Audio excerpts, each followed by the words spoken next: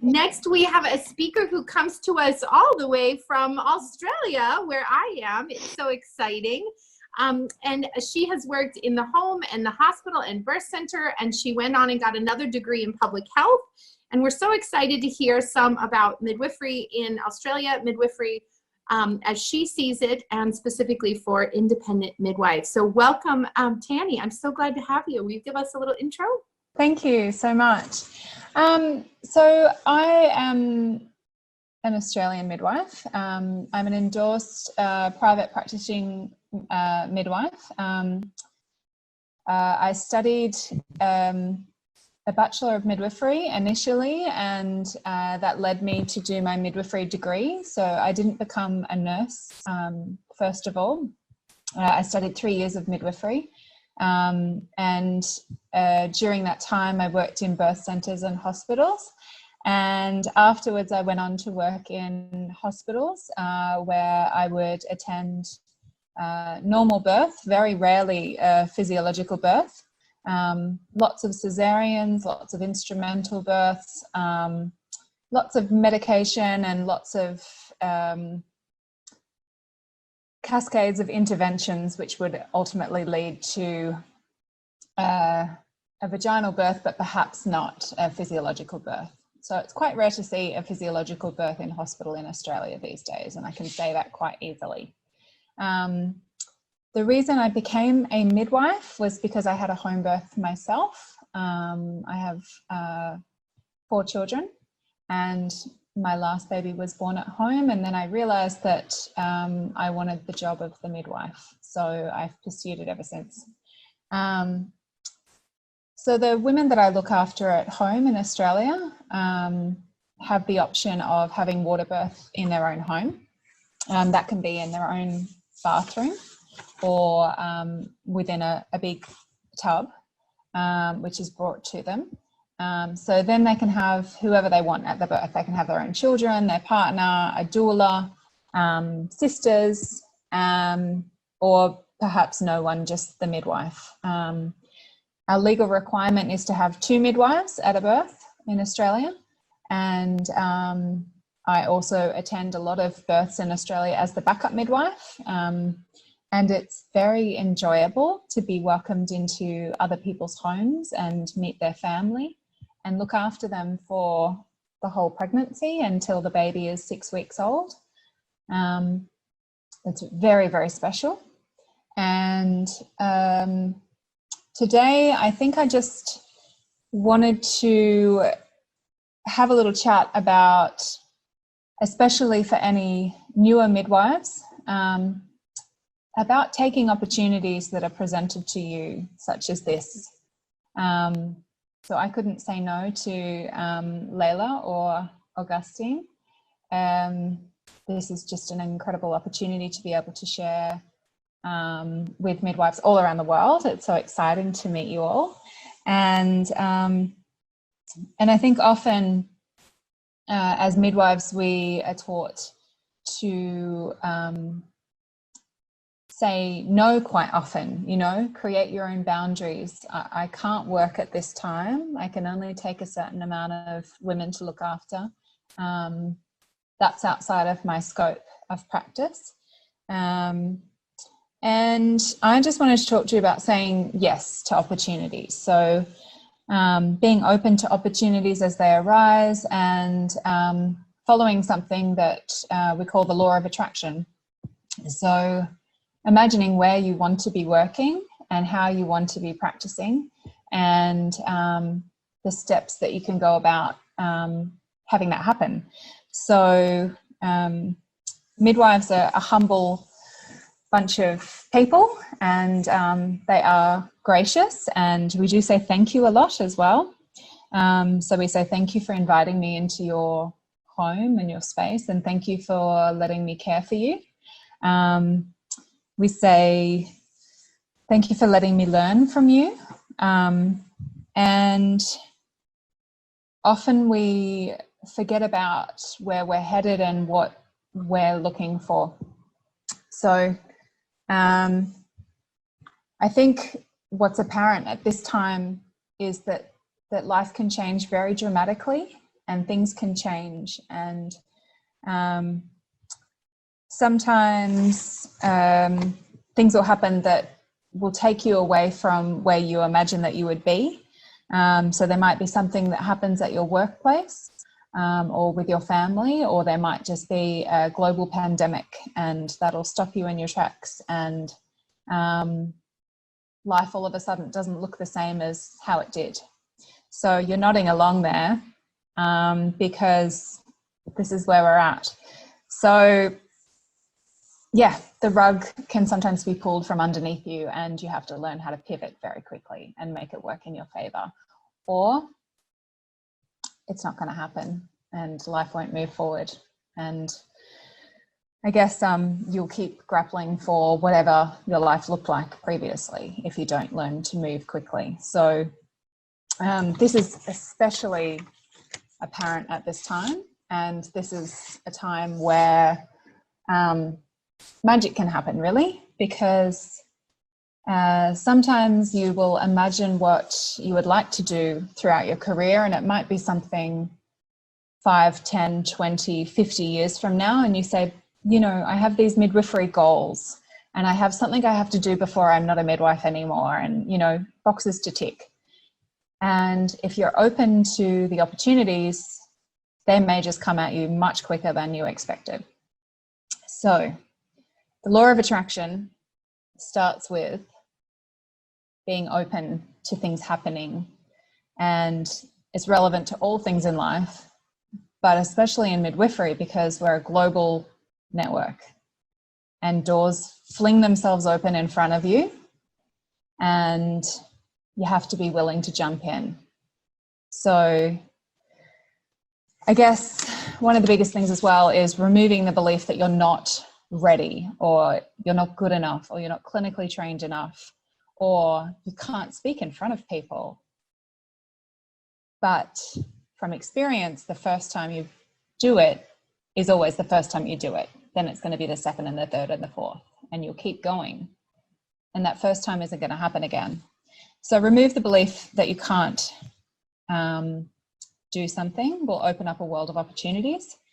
And this, especially now, is a really good time to make those wild plans that seem just way too out there, that perhaps you never thought you could achieve, because our connection is becoming so small. And especially for me, tomorrow is when International Day of the Midwife begins. So I've just connected with midwives from all over the world, and all it takes is an inbox or a message to say hello. And maybe one day I'll end up in Iran, or maybe one day you'll end up in Australia, or perhaps we'll all meet up in India. But there's connection there from the click of a button, right? So just stay really positive, reach out, and take some action if you want to do something different. The thing that led me to this happened very early on in my training. I was a student midwife, and I had a very negative experience when I was looking after a mother and her partner, and so much that it stopped me in my tracks, and it was time to decide whether or not this career was for me. And I really was forced to pivot very, very quickly. And it was a blessing in disguise, because it led me down a path that I never imagined on day one of midwifery training. And I've worked across the world, and I can do that at any time. I'm ready to do it again. I've done it once, and it's definitely in my future again. It's a beautiful lifestyle when you have a family. Midwifery can take you anywhere. And I just think being open to adventures, and they can be in your own backyard, they can be in your own community. So I think that's about the end of my TED Talk now. And yeah, I'm not sure what else to add. We're so grateful to have your words of wisdom. You are so my people, Tani. I just want to tell you, like, you're just like, I feel ya. Yeah, it's quite a thing. I say the phrase like leap and the net will appear in the same kind of avenue where you are. Like, you just never know.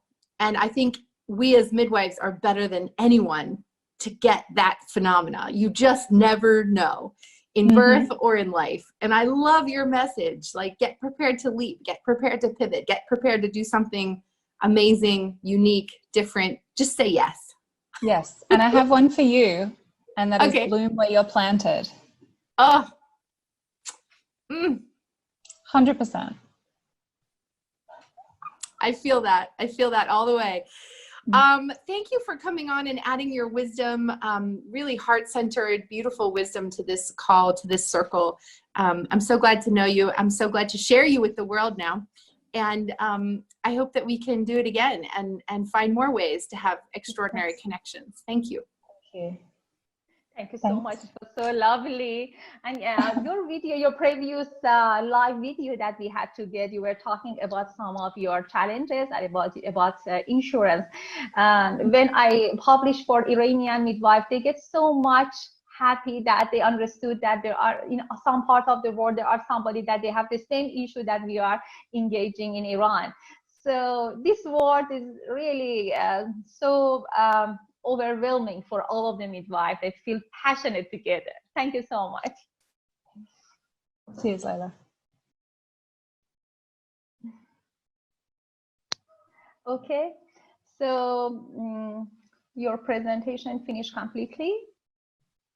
Yeah. If people, girls, if you have any question from Tani Pax, I know that you have many questions, and I remember after her live video, you had too much question about her. No more question? We have 7 minutes, but I can ask some question that frequently you asked before. The midwives from Iran, they were asking that how you could open birth center, and do you have any license for that, or is a governmental legacy for the opening birth center in Australia? Because in Iran we are trying, and we are too much negotiating with Ministry of Health to open birth centers because of COVID-19 management. So we want to know and learn from you how we have to negotiate and how we can open this way. Sure. Well, I believe there's a course you can take in opening a birth center.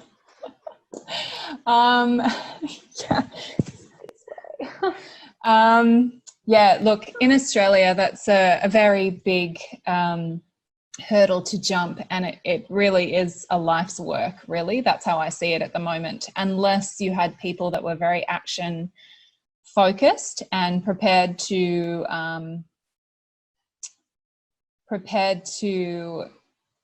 chase it very hard and have there's a lot of red tape, right? There's a lot of government restriction around it. So I really don't know the